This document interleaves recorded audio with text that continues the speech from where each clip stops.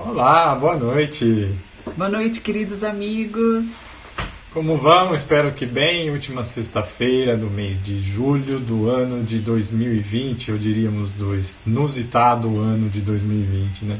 Lá se vai um semestre. Um semestre passou e mais o primeiro mês do segundo semestre. As coisas estão indo muito rápido, né? E no nosso laço, né, eu acho que já está bem robusto, pode dizer assim, né? A gente vem nesse trabalho que nós iniciamos no mês de março, né? E viemos caminhando semana a semana, e às sextas e aos domingos, construindo algumas reflexões sobre o Evangelho segundo o Espiritismo, né? Essa nossa obra básica, nossa obra de cabeceira, e que tem que ser o nosso farol a nos guiar, né?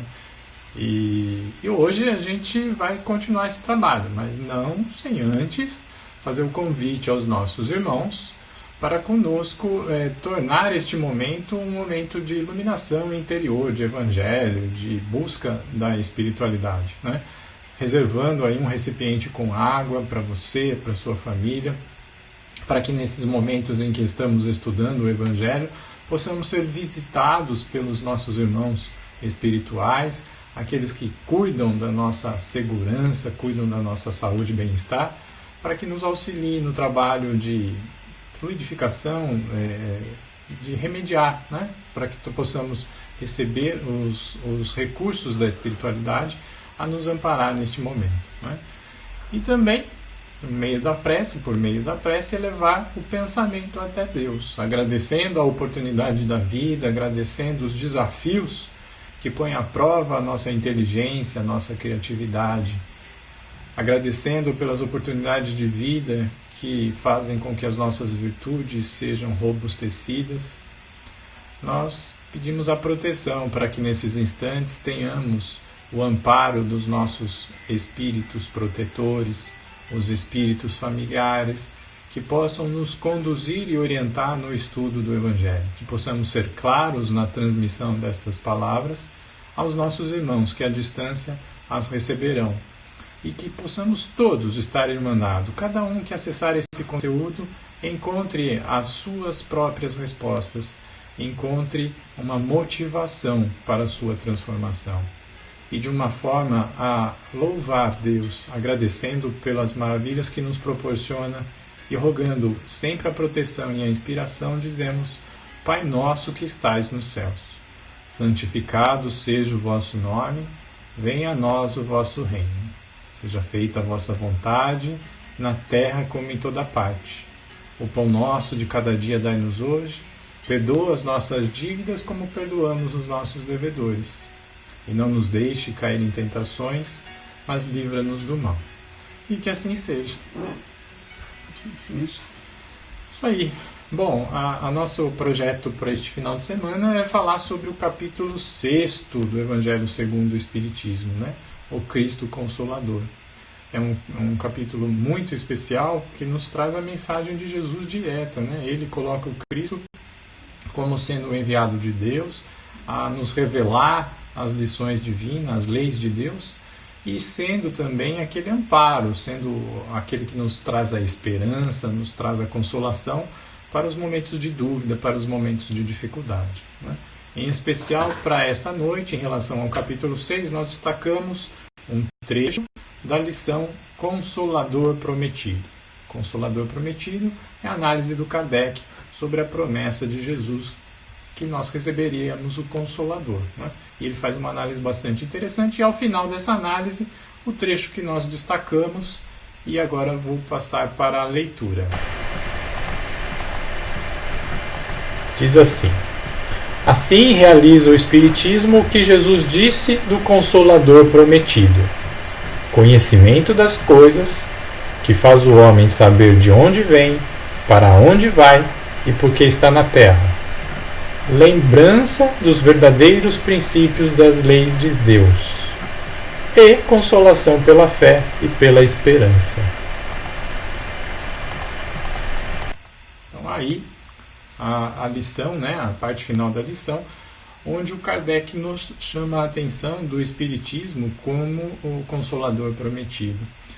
O primeiro ponto que eu destaco quando tenho contato com esse texto, faço essa leitura, eu faço a análise em relação às nossas interpretações de ser o Espiritismo Consolador Prometido. Por muitas vezes a gente ouve na casa espírita, repetimos continuamente isso, de que o Espiritismo, sim, representa a promessa de Jesus de que rogaria ao Pai um Paráclito, né? Aquele que seria o Consolador, que ficaria conosco eternamente. Algumas pessoas podem interpretar de uma forma, vamos colocar assim, vaidosa essa situação. Olha, eu conheço o Espiritismo, então estou em contato direto com o Consolador, estou em contato direto com a promessa do Cristo, né? E isso pode, de alguma forma, achar que nós espíritas nos sentimos acima da média, detentores da verdade, os escolhidos de Jesus, ou pior, né, achar que quem não professa a mesma fé que nós professamos esteja no erro, esteja no equívoco, né? E eu penso que o alerta que o Kardec coloca nessa parte final da lição nos chama a realidade, né? Quando ele fala o Espiritismo vem cumprir a promessa de Jesus, não é pelo fato de ser em si o Consolador, mas porque ele traz o conhecimento, né? Primeiro destaque que ele faz, o conhecimento das coisas, né? Faz com que a gente compreenda de onde a gente veio, para onde a gente vai e por que a gente está aqui. Este conhecimento é a primeira promessa de Jesus. Não o Espiritismo em si, mas o conhecimento que o Espiritismo proporciona, não é? Quando o Espiritismo revela a existência do mundo espiritual e suas leis, como o mundo espiritual interage com o mundo material, ele proporciona este conhecimento. A segunda palavra do alfabeto divino, reencarnação, como traz os textos do Evangelho, é uma grande chave de compreensão tanto das nossas necessidades quanto dos nossos desafios. Quando o Espiritismo vem, portanto, trazer essa segunda frase do alfabeto, a segunda palavra das leis divinas, a reencarnação, ele nos proporciona esse conhecimento, né? Cabe a nós agora, diante deste tesouro, de posse desse tesouro, saber como nós vamos empregá-lo, né? Se nós vamos usar dessas informações com interesses mesquinhos, passageiros, ou se nós vamos investi-la no aprimoramento, não é? Como ele coloca, né? A lembrança dos princípios de Deus, das leis de Deus. Uma vez que nós temos essa noção das leis de Deus, o que nós fazemos com essa compreensão? Nós vamos aplicá-la, mais uma vez, no interesse próprio ou no interesse do desenvolvimento da alma, no interesse do desenvolvimento da coletividade? E a busca da responsabilidade. Usufruir a vida de uma forma efêmera, de uma forma passageira, de uma forma intensa, às vezes, sem o aproveitamento da oportunidade, representa um desrespeito às leis de Deus, representa uma perda de oportunidade, né? Então, quando o Espiritismo vem revelar essa existência do mundo espiritual, vem revelar, renovar o vínculo com Deus, ele nos traz essa responsabilidade, e é pessoal, é intransferível, né?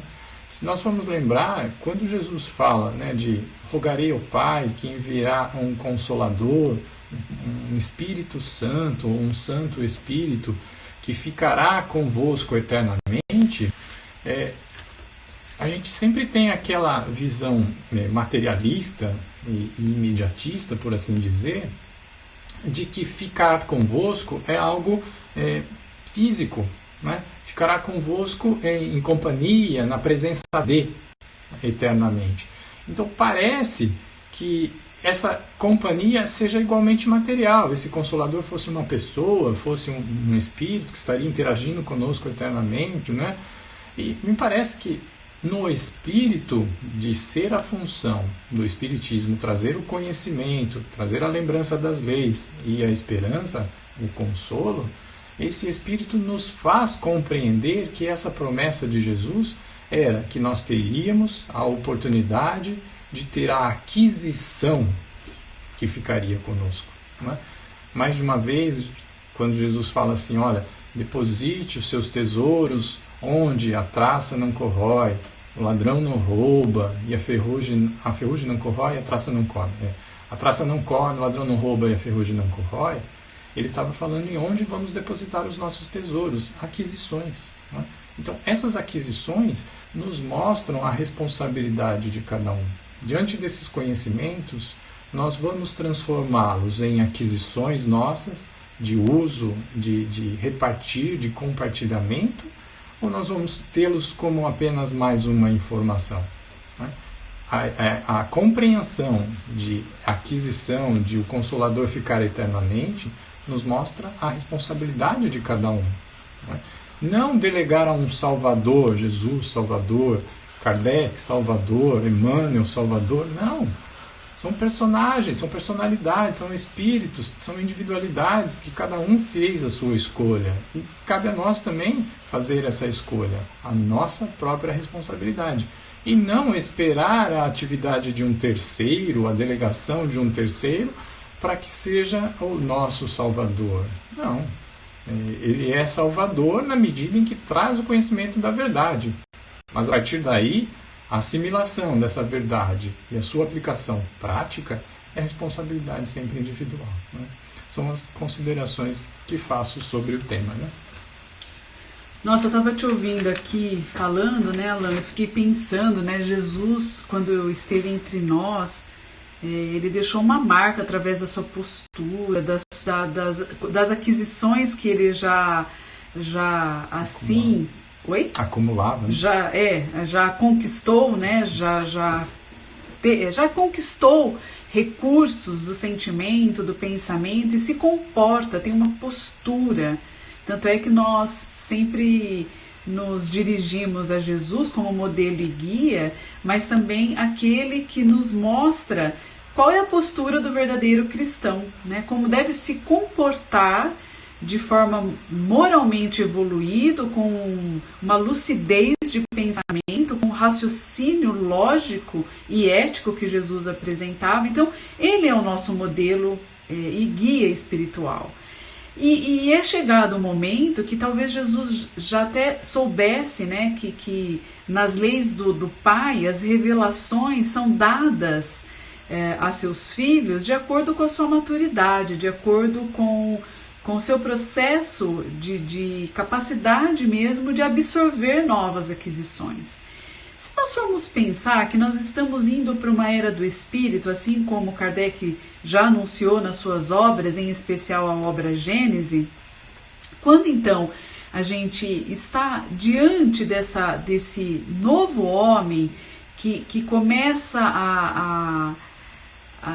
a sentir uma necessidade de transformação, quando a gente olha para o homem velho, quais são as aquisições que nós já fizemos, né? Muito uso da inteligência, o tudo pode por conta dessa ilusão que nós temos de um empoderamento, sim, uma conquista, uma observação do uso da matéria, do uso da inteligência, de um raciocínio. Mas, ao mesmo tempo, o homem que aí chegou nesse processo evolutivo, e eu já estou falando aí, na época mesmo até que antecede a chegada do Espiritismo.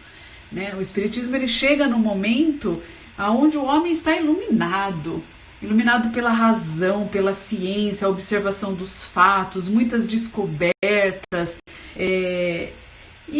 e vem caminhando dentro dessa conquista da ciência, da tecnologia, vem caminhando até os dias atuais e chega nos dias de hoje frágil, com vazio. Porque por mais que ele conquista, parece que mais escravo de algo ele fica, que é um trabalho excessivo, um trabalho que chega muitas vezes à exaustão, e ao mesmo tempo um sentimento, uma angústia que toma na sua alma, com aquela incapacidade de lidar com as coisas que vêm através dos relacionamentos, e a gente coloca em especial os relacionamentos dentro do ambiente familiar. Então o homem que conquista a ciência, que domina a matéria, que desenvolve grandes tecnologias, é esperado do quê? O que desse homem? Que Já que nós temos muita tecnologia à nossa disposição, conseguimos sanar as nossas doenças, eu posso viver agora, diante desse conforto, desse bem-estar que me chega material, eu posso desenvolver outros atributos, me desafiar às novas conquistas. Acontece que isso, de fato, o homem ainda não tomou consciência que essas próximas aquisições são necessárias. E acredito que o homem moderno, ele consegue até se anestesiar. Além de ele não ter consciência, ele consegue ficar dentro de uma ilusão, de uma anestesia, principalmente quando ele descobre o uso dos medicamentos, né? A gente usa medicamento para uma doença física, para briga, para fadiga, para falta de interesse, para cansaço físico, para desilusão amorosa. A gente usa remédios para lidar com raiva, com conflitos com os nossos filhos, com insatisfação de uma maneira geral. E a gente, nesse momento, então, é convidado, e aí que chega o Consolador, que vem nos mostrar, como no Evangelho a gente acabou de ler, a causa das nossas existências anteriores, vem mostrar as leis. Jesus já anunciava a lei de amor, e o Espiritismo vem renunciar à lei da reencarnação. Então ele vem nos mostrar a causa dessas aflições, a causa das nossas dificuldades, a causa porque um já tem muita tecnologia, muita inteligência, o outro tem uma miséria material, uma idiotice, por que um tem determinada síndrome e o outro tem tanta inteligência. Então o Espiritismo vem nos mostrar essas leis. Vem nos mostrar, inclusive, qual é o objetivo do nosso sofrimento. E aí acho que entra no raciocínio que o Alain estava usando. Se nós conhecemos a causa e aí o Consolador vem nos mostrar o objetivo, que é olharmos para tudo que nos antecedeu e nos olharmos com muita esperança, com muita responsabilidade, trazendo para nós coragem e bom ânimo para as transformações em nossas vidas, inclusive para novas aquisições, porque agora o homem novo será cobrado para aquisições no bem, aquisições de virtudes, de autodomínio das suas emoções, de controle dos seus impulsos, principalmente os impulsos que levam a comportamentos egoístas, a comportamentos nos prazeres mórbidos das suas vidas. Faz sentido todas essas colocações? Porque a gente vai encontrar, então, no Evangelho, porque deve soar estranho para o homem ainda que está só vislumbrado com a conquista da tecnologia, da matéria, da sua inteligência, de raciocínio brilhante, ter que, em pleno século XX, e agora com mais necessidade ainda, nessa angústia do século XXI, voltar para uma era de simplicidade vivenciada por Jesus, falando de amor. Para nós não, porque nós encontramos exatamente na lembrança dos seus ensinos, tentando compreender tudo o que Jesus dizia e mostrou para todos nós, como Alain colocou, o Evangelho é um roteiro. Ele é o medicamento moral, é a terapia que nós precisamos. Nos debruçar nessa ciência espírita que vem nos mostrar então as leis, a lei da reencarnação, de onde nós viemos, o que é que nós estamos fazendo aqui e para onde nós vamos, essa progressividade evolutiva do ser espiritual que somos, vem nos mostrar então a causa das nossas dores, vem nos mostrar e nos dizer que o sofrimento, muitas vezes por uma condição de expiação, de prova e de reparação, é o remédio para o nosso ajuste, para o nosso reequilíbrio, para a nossa saúde, para nos ajustarmos à lei. E a gente ainda não compreende com essa profundidade a importância do Evangelho, a figura de Jesus sendo o nosso modelo espiritual, né? O guia, o roteiro para as nossas vidas e adentrando até mesmo como os seus ensinos, como sendo a terapêutica para a nossa vida, esse homem tão moderno, mas ainda tão comprometido com seu desenvolvimento moral, a tal ponto de muitas vezes comprometer as suas escolhas, as suas decisões, por uma inteligência tão egoísta. Bem mesmo isso. Você destacou pontos muito importantes, relevantes, né? E eu acho que a gente pode até aprofundar, talvez no domingo, essa questão do papel do Evangelho, né? Do papel de Jesus como Evangelho, como conduta, né? Como caminho a ser seguido. A gente pega a imagem do ser, né? do indivíduo Jesus, como Salvador, o super-herói, aquele que é o nosso irmão mais velho, modelo, guia, mas ele é um pouco mais do que isso, não é? Sim. Não é? Ele é o Evangelho, pô. Ele é a regra, ele é o caminho, não é? E talvez a gente, na nossa miopia, não conseguiu compreender isso, não é? Ou está teimando em colocar em prática aquilo que aprendeu. Aí eu peço, reforçado isso, eu destaco também um outro trechinho muito relevante do começo dessa lição, que ela fala, né, como a parte final fala na lição, né, o Espiritismo realiza a promessa naqueles 3 aspectos: o conhecimento, o chamamento para as leis de Deus e a consolação pela fé e esperança. Em relação a o Espiritismo é a promessa de Jesus como consolação e esperança. O Kardec, na lição Jugo Leve, escreve assim, ó: todos os sofrimentos, misérias, decepções, dores físicas, perda de seres queridos, encontram sua consolação na fé do futuro, na confiança, na justiça de Deus. Fé no futuro, confiança e justiça de Deus. Jesus veio trazer essas informações preciosas para a gente, né? Então, quem tem fé no futuro, confiança e crença na justiça de Deus, não tem sofrimento, não se abala pelas intercorrências, né? E das 3, né, fé no futuro, confiança, justiça de Deus, eu acabo destacando a segunda, confiança, né? O momento nos pede confiança, né?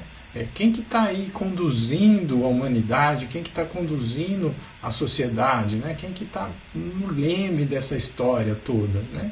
É um navegador experiente, é um comandante experiente, né?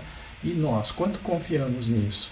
Aqueles que não confiam sofrem. Por quê? Querem se substituir ao comandante, acham-se responsáveis pelo comandante, acham-se responsáveis pela transformação, né? Querem ser inovadores, querem ser...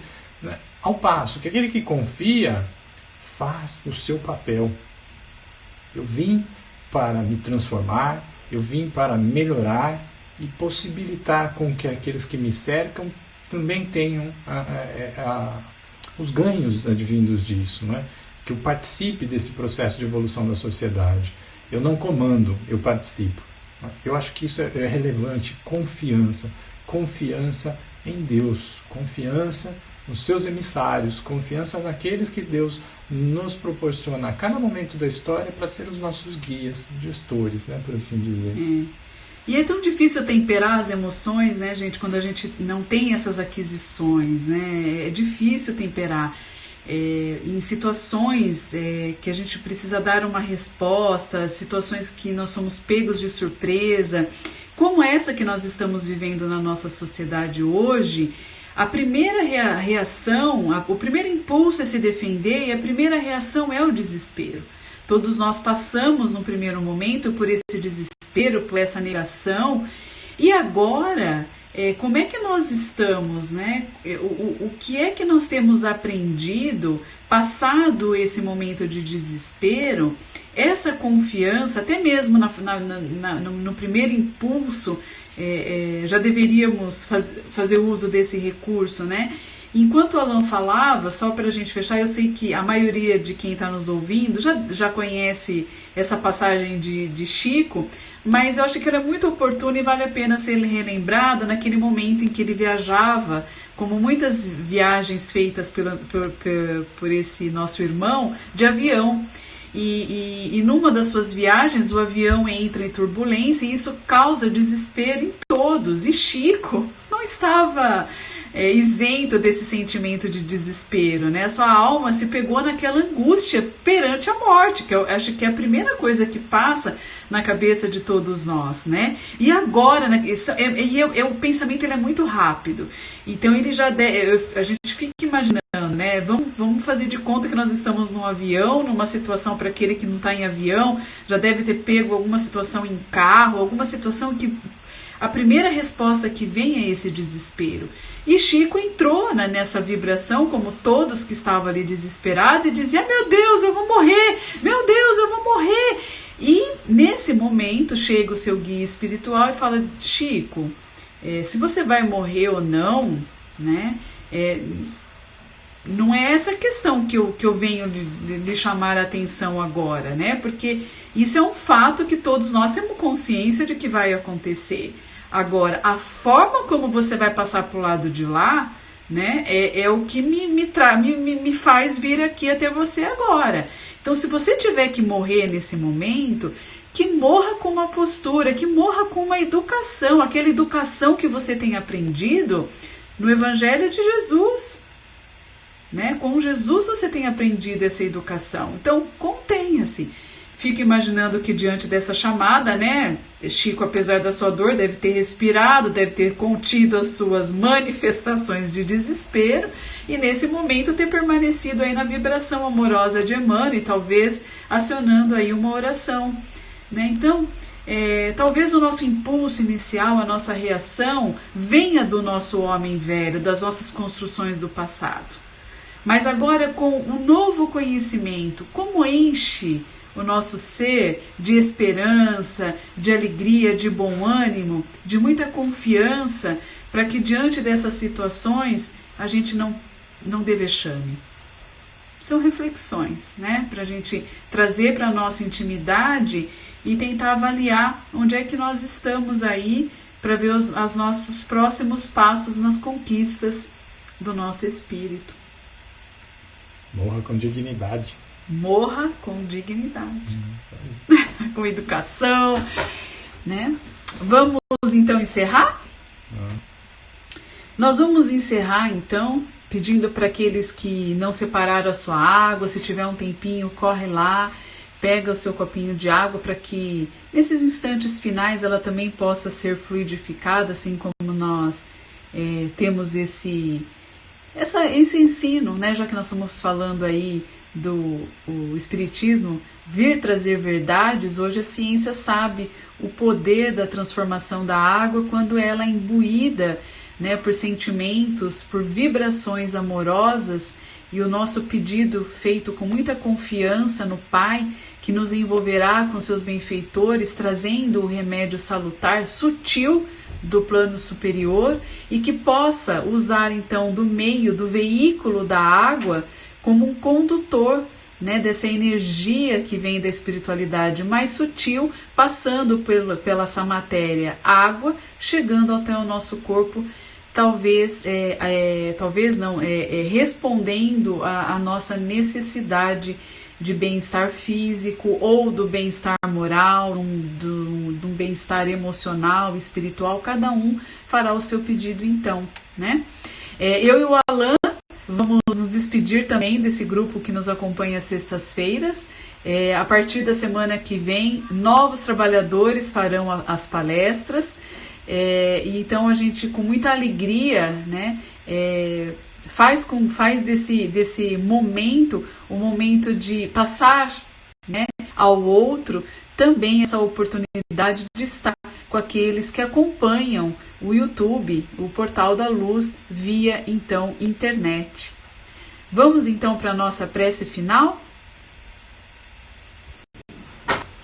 Que nós possamos nos recolher no silêncio da nossa intimidade nesses instantes finais, agradecendo pela proteção, pelo raciocínio, pelo despertar das nossas emoções enquanto estávamos lembrando de Jesus, lembrando de Kardec, lembrando de tantos amigos e irmãos que já evoluíram, já dialogam com Jesus e já se colocam como tarefeiros do seu trabalho de evangelização dos espíritos da Terra.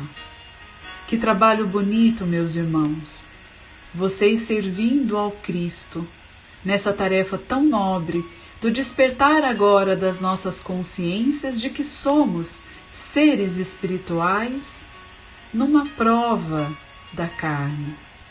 Então, que nós possamos honrar este presente que é a vida, trazendo o ânimo, a confiança, a fé no porvir, e que ninguém chega aonde deseja, a um objetivo, a uma meta, a um propósito, se não dar passos rumo a essa direção. Que nós possamos sair desse evangelho, então, lembrando que o sentido da vida só tem uma direção, a direção do amor, do bem viver e do bem relacionar. O relacionamento para nós espírita cristão, é a base de toda a nossa construção evolutiva. Nós nos despedimos então desse encontro formal e pedimos que as vibrações desse nosso encontro possam continuar em nossas vidas, que na informalidade do nosso dia a dia é que está o desafio e a prática do seu Evangelho. Jesus, que a sua paz esteja conosco hoje e sempre. Amigos benfeitores, nos envolvam nesses momentos finais com o seu passe, com a água que iremos tomar logo em seguida, renovando todas as nossas energias. E assim, vamos juntos agora, continuando com os nossos pensamentos em Cristo, elevar ainda mais os nossos pensamentos e sentimentos até Deus Pai Criador. E a Ele entregar a nossa gratidão em forma de oração. Sim, aquela prece que Jesus nos ensinou, que pede, que louva e que também agradece. E assim nós dizemos: Pai nosso que estais no céu, santificado seja o seu nome. Venha a nós o vosso reino. Seja feita a vossa vontade na terra, no céu como em toda parte. O pão nosso de cada dia nos dai hoje. Perdoa as nossas ofensas, à medida em que vamos perdoando aqueles que nos têm ofendido. E não nos deixeis cair diante das tentações, das ilusões, das depressões e dos tormentos desta vida.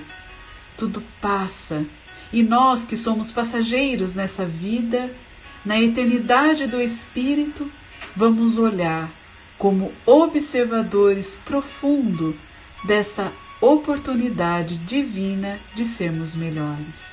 Que assim seja. Assim seja. Boa noite. Até. Bom final de semana. Até.